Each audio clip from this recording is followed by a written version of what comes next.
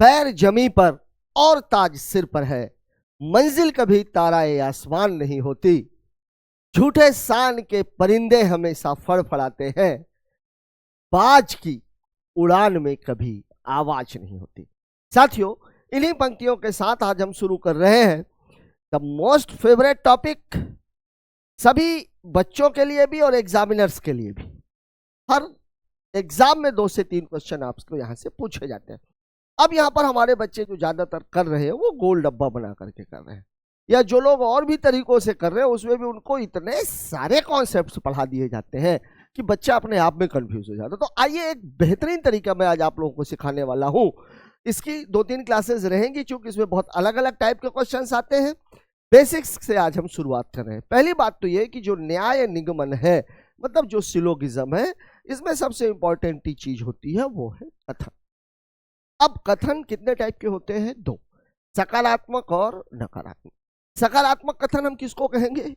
सकारात्मक कथन वो कहलाता है जिसके लास्ट में लगा हुआ हो क्या है, यह कहलाएगा सकारात्मक, है लगा है। और नकारात्मक में क्या लगा है? नहीं नहीं। ठीक है, ये तो आप लोग बहुत अच्छे से जानते हैं सकारात्मक और नकारात्मक क्या है। जब हाँ हो गई है तो सकारात्मक, ना हो गई तो नकारात्मक। ठीक है, लेकिन अब इससे आपको 2 बातें समझने की है। पहली बात तो ये होती है कि जो एग्जाम में पूछा जाता है उसमें कथन दिया जाता है, फिर कथन के नीचे निष्कर्ष दिया जाता है। अब कथन से आपको निष्कर्ष तक कैसे पहुंचना है, ये है मेन चीज। और इस पे पहुंचने के लिए आपको ध्यान में ये रखना है कि अगर कथन सकारात्मक है तो नकारात्मक निष्कर्ष, और अगर कथन नकारात्मक है तो सकारात्मक निष्कर्ष नहीं निकाला जा सकता, नहीं निकाला जा सकता, नहीं निकाला जा सकता है। ठीक है, मतलब अगर सकारात्मक कथन है तो निष्कर्ष भी सकारात्मक होगा, नकारात्मक कथन है तो निष्कर्ष भी नकारात्मक ही होगा। यह बात आप लोगों को समझने की है। ठीक है, अब इसके बाद इसमें नंबर आता है पदों का। पदों का पद, एक कथन में 2 पद होते हैं। अब पदों के मान का जो निर्धारण है वो कहां से होता है? पद के पहले और पद के बाद जो लगा हुआ है शब्द, उसके आधार पर उस पद के मान का निर्धारण होता है। लेकिन यहां पर जो समझने की बात है वो ये है कि कथन में जिस पद का मान 100 होगा, निष्कर्ष में उसका मान 100 या 50 दोनों हो सकता है। इसको कुछ इस तरीके से समझिए। कथन वो है जो आपको घर से पैसे दिए गए। मान लीजिए आपकी माता जी ने आपको 100 रुपए दिए, जा बेटा बाजार से सामान ले आना।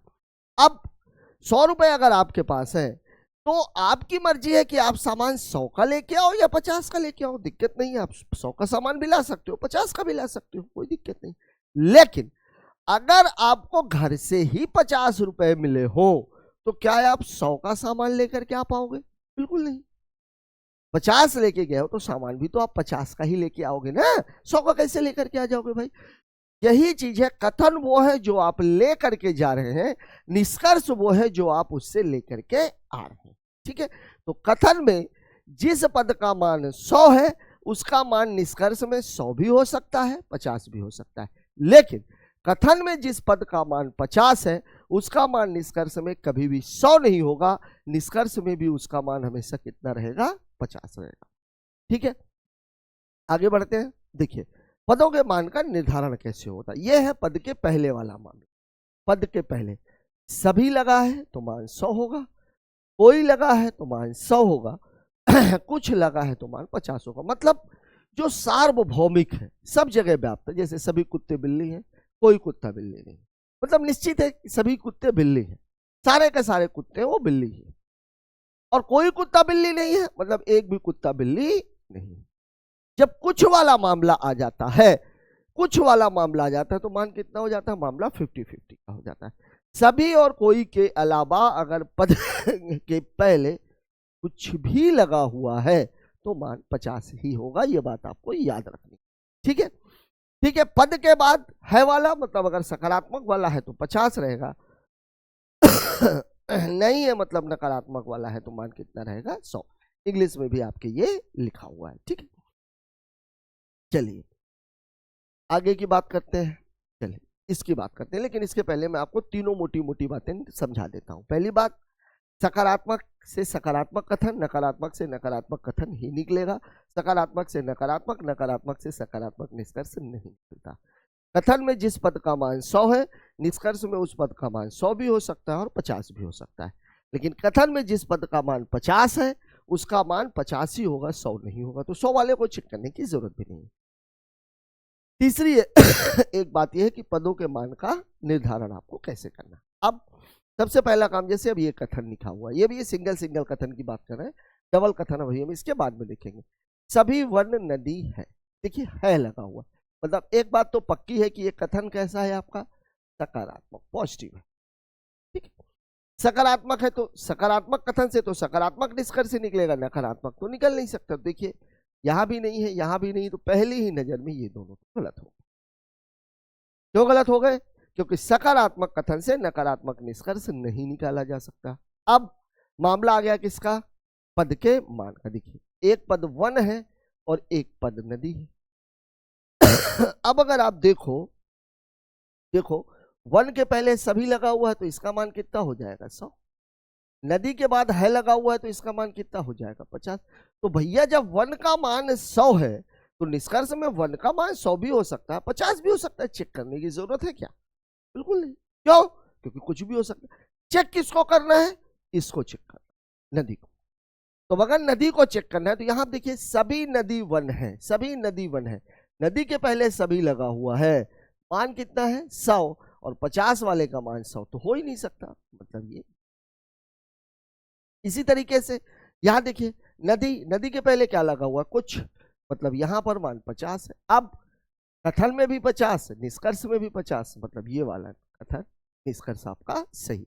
तो इसमें चारों में से केवल दूसरा निष्कर्ष ही सही है। पहला इसलिए गलत है क्योंकि नदी का जो मान है वो गड़बड़ है। तीसरा और चौथा इसलिए गलत है क्योंकि कथन सकारात्मक था लेकिन निष्कर्ष नकारात्मक निकाला गया। ठीक है, इसको देख लीजिए। यहां देखिए कुछ नदी वन है, ये कथन भी कैसा है, ये कथन भी कैसा है, सकारात्मक है, सकारात्मक। अब अगर भैया कथन सकारात्मक है, अभी मैं एक कथन से निष्कर्ष निकालना सिखा रहा हूं, कथन अगर सकारात्मक है तो निष्कर्ष नकारात्मक होगा क्या? पॉसिबल ही नहीं है, पॉसिबल ही नहीं। अब आप देखो यहां भी नहीं है, यहां भी नहीं, ये देखिए नहीं लगा हुआ है, ये भी गलत। अब हम आ जाते हैं पदों के मान पे। देखिए नदी के पहले कुछ लगा हुआ है, मान 50 है, वन के बाद है लगा हुआ है, मान 50 है। अब दोनों का ही मान 50 है, तो दोनों का ही मान 50 है, इसलिए मुझे दोनों चेक करना पड़ेगा। क्यों? क्योंकि दोनों में से किसी का भी मान निष्कर्ष में 100 नहीं होना चाहिए।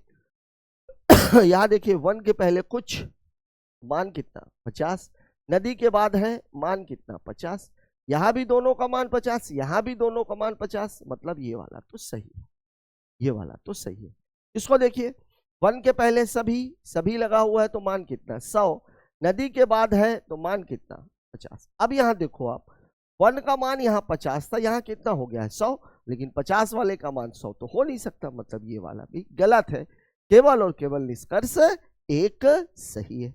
ठीक है, चलिए तीसरे की बात कर लेते हैं। यहां देखिए यहां पर लगा हुआ है नहीं, ये देखिए नहीं लगा हुआ, नहीं लगा हुआ, मतलब ये जो कथन है, ये कथन कैसा है, ये कथन कैसा है, नकारात्मक। अब अगर नकारात्मक कथन है तो इससे सकारात्मक निष्कर्ष तो निकल ही नहीं सकता। यहां नहीं लगा हुआ है, निकल सकता है, यहां है लगा हुआ है, ये नहीं निकलेगा, नहीं लगा हुआ है, निकल सकता है लगा है। ठीक है, अब देखिए, अब हम आ जाते हैं पदों के मान पर। नदी के पहले कुछ लगा है, मतलब मान कितना है, 50, वन के बाद नहीं लगा है, मतलब मान कितना है। अब यहां पर हम किसको चेक करेंगे, नदी को। क्यों? क्योंकि वन का मान 100 है तो निष्कर्ष में वो 100 भी हो सकता है, 50 भी हो सकता है। नदी को चेक करें तो नदी यहाँ 50 है, यहां पर नदी के बाद नहीं लगा हुआ है, मतलब इसका मान कितना है, 100, 50 वाले का मान 100 तो हो ही नहीं सकता, मतलब ये वाला गलत है। ठीक है, इसको देख लेते हैं। यहां देखिए आप, यहां देखिए आप, नदी के पहले कोई लगा है, ये कितना है, 100, वन के बाद नहीं लगा है, ये भी कितना है, सब। वैसे नदी को चेक करने की जरूरत नहीं थी क्योंकि नदी अच्छा हाँ, वन को चेक करने की जरूरत नहीं, नदी को चेक करने की। ये कितना है, अब आप देखिए नदी का मान यहाँ कितना है, 50, और यहाँ कितना है, 100, मतलब ये वाला भी गलत है। मतलब यहां पर ना तो पहला सही है, ना तो दूसरा सही है, ना तो तीसरा सही है और ना ही चौथा सही है। चार के चारों निष्कर्ष यहां पर क्या है? गलत है। ठीक है, दो निष्कर्ष इसलिए गलत है कि नकारात्मक से सकारात्मक निकाला गया है, और दो निष्कर्ष इसलिए गलत है क्योंकि वन का जो मान है, सॉरी नदी का जो मान है कथन में 50 है और निष्कर्ष में कितना है? 100। चलिए इसको देख लेते हैं। यह भी कथन कैसा है? देखिए नहीं लगा हुआ है, मतलब ये कथन भी कैसा है? नकारात्मक।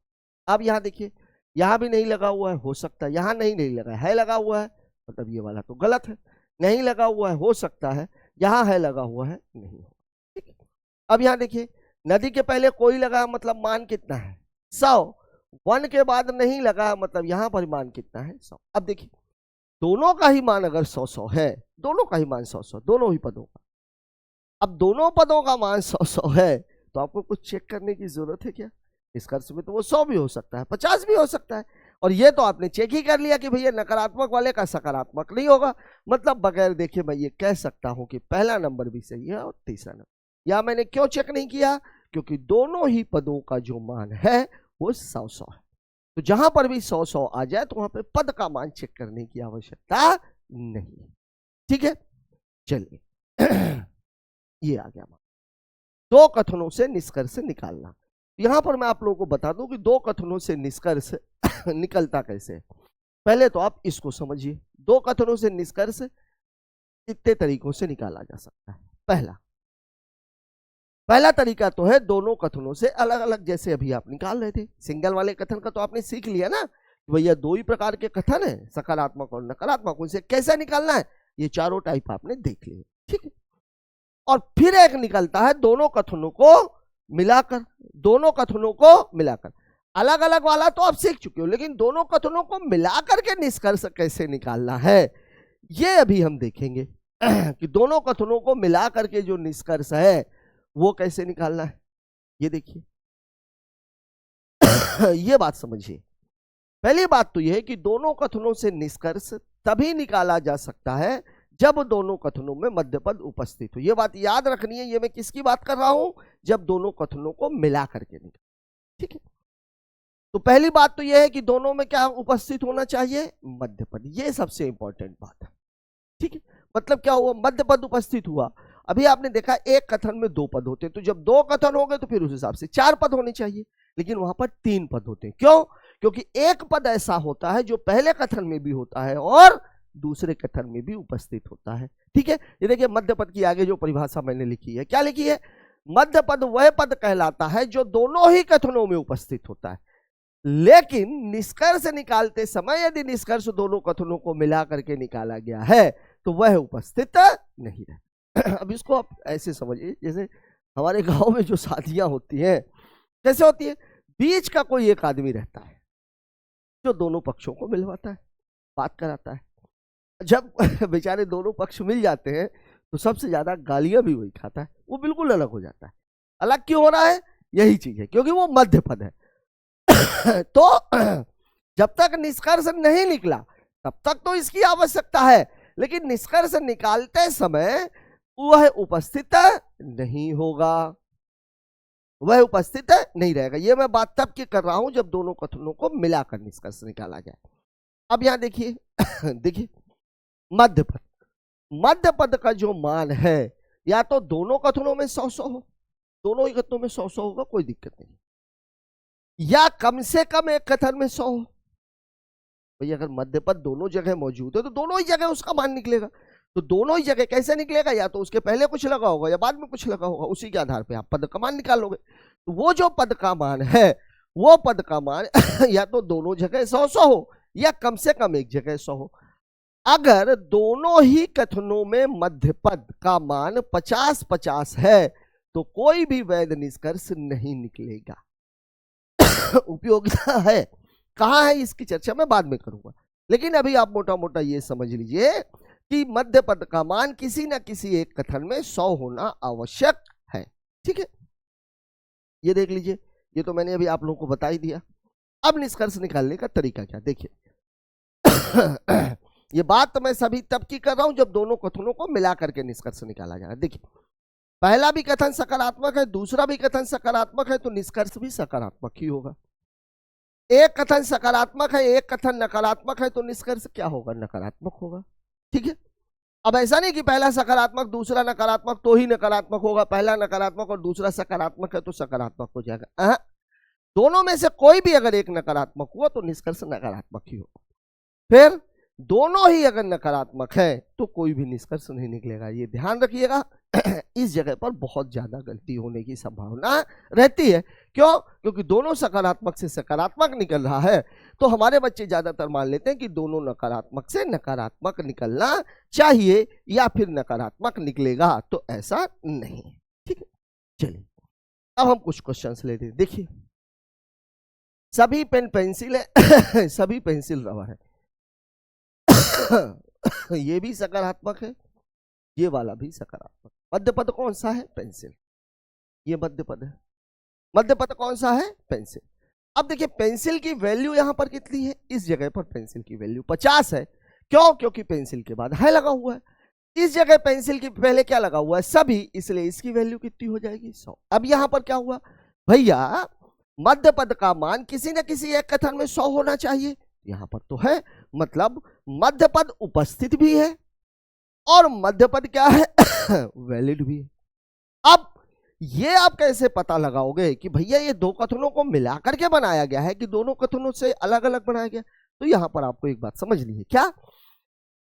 मध्य पद में मैंने आप लोगों को बताया कि जब कभी भी दो कथनों को मिला करके बनाया जाएगा तो मध्य पद वहां पर नहीं होगा।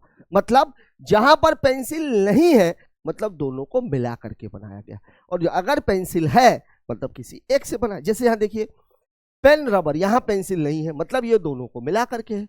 रबर पेन, यहां पेंसिल नहीं है मतलब ये दोनों को मिला करके है।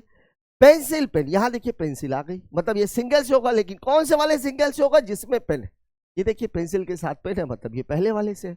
रबर पेंसिल, यहां पर भी पेंसिल आ गई है, तो जब यहां पर भी पेंसिल आ गई मतलब उस पेंसिल वाले के साथ है जिसके साथ रबर है, तो ये वाला मामला ये दूसरे कथन से है, और ये रबर नहीं है, ये नकारात्मक है। अब अगर दोनों ही कथन सकारात्मक है तो नकारात्मक निष्कर्ष तो निकल ही नहीं सकता, मतलब ये तो पहली नजर में गलत है।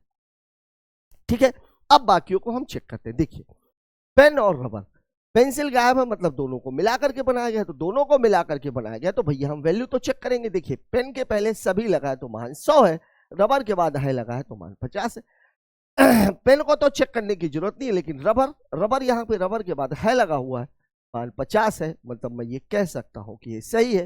दोनों कथन सकारात्मक, निष्कर्ष भी सकारात्मक, मध्य पद भी वैलिड है और इनकी जो मान है पदों का वो भी बराबर है। ठीक है, यहां भी देखिए रबर और पेन का मामला है, रबर और पेन का मामला है, मध्य पद मौजूद है, वैलिड है, दोनों सकारात्मक है, ये भी सकारात्मक है।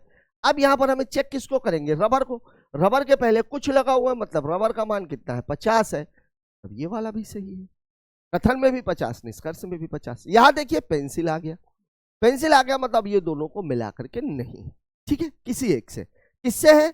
जिस पेंसिल के साथ पेन है, मतलब ये केवल पहले कथन से बना हुआ है। ये वाला किससे बना हुआ है? फर्स्ट कथन, पेंसिल और पेन। अब ये पूरा कथन कैसा, अब हम दूसरे को नहीं देख रहे हैं, ये कथन कैसा है? सकारात्मक, निष्कर्ष कैसा है? सकारात्मक। ठीक है, यहां पर पेंसिल की वैल्यू 50, पेन की वैल्यू 100, इसको तो चेक करने की जरूरत नहीं है, पेंसिल को चेक करेंगे। पेंसिल के पहले कुछ लगा है, मान कितना है? 50, यहां भी पेंसिल का मान 50, मतलब ये वाला भी सही है। ठीक है, अब आ जाते हैं हम चौथे वाले में। पेंसिल है मतलब सिंगल से निकला हुआ है, पेंसिल के साथ रबड़ है, पेंसिल के साथ रबड़ दूसरे कथन से है, मतलब ये वाला तो दूसरे कथन से निकला हुआ है।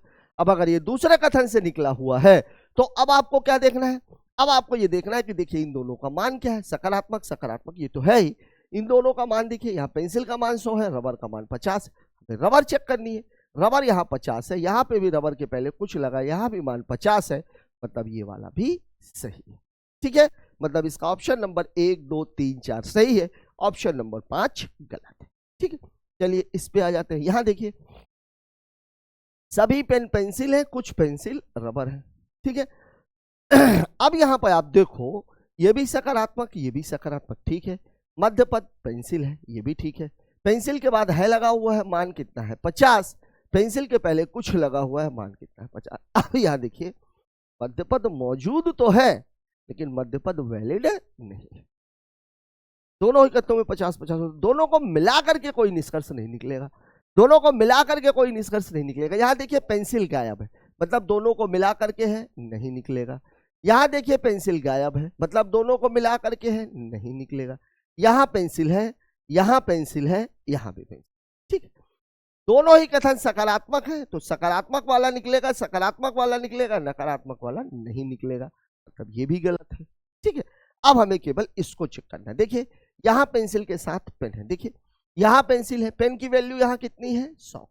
अब ये केवल कथन एक से बना हुआ है, पेन और पेंसिल वाला। अगर ये एक से बना हुआ तो केवल एक चेक करेंगे, ये सकारात्मक है, ये सकारात्मक है।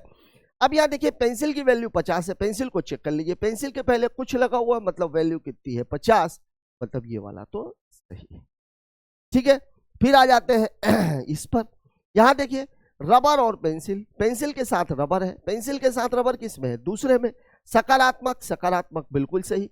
पेंसिल की वैल्यू 50, यहां पर भी रबर की भी वैल्यू कितनी है 50 है, दोनों के 50-50 है, दोनों को चेक करना है। रबर के पहले कुछ लगा है, इसकी वैल्यू 50, पेंसिल के बाद है लगा है, इसकी भी वैल्यू 50। जब दोनों की 50-50 है, कथन में भी निष्कर्ष में भी तो ये भी सही होगा, मतलब यहां पर केवल ऑप्शन नंबर 3 और 4 सही है, 1, 2 और 5 गलत है, ठीक है। इसकी बात कर लेते हैं। यहां देखिए पहला वाला जो कथन है वो कैसा है सकारात्मक, दूसरा वाला कथन कैसा है नकारात्मक, ये ध्यान दीजिएगा।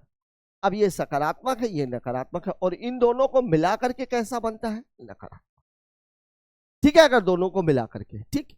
अब दोनों को मिला करके मध्य पद चाहिए। यहां देखिए पेंसिल है, यहां भी पेंसिल है, यहां पर पेंसिल, यहां पर भी पेंसिल, यहां पर पेंसिल की वैल्यू कितनी है 50, पेंसिल के पहले कोई लगा हुआ, यहां पर वैल्यू कितनी है 100, मतलब मध्य पद है और मध्य पद वैलिड है, ठीक है।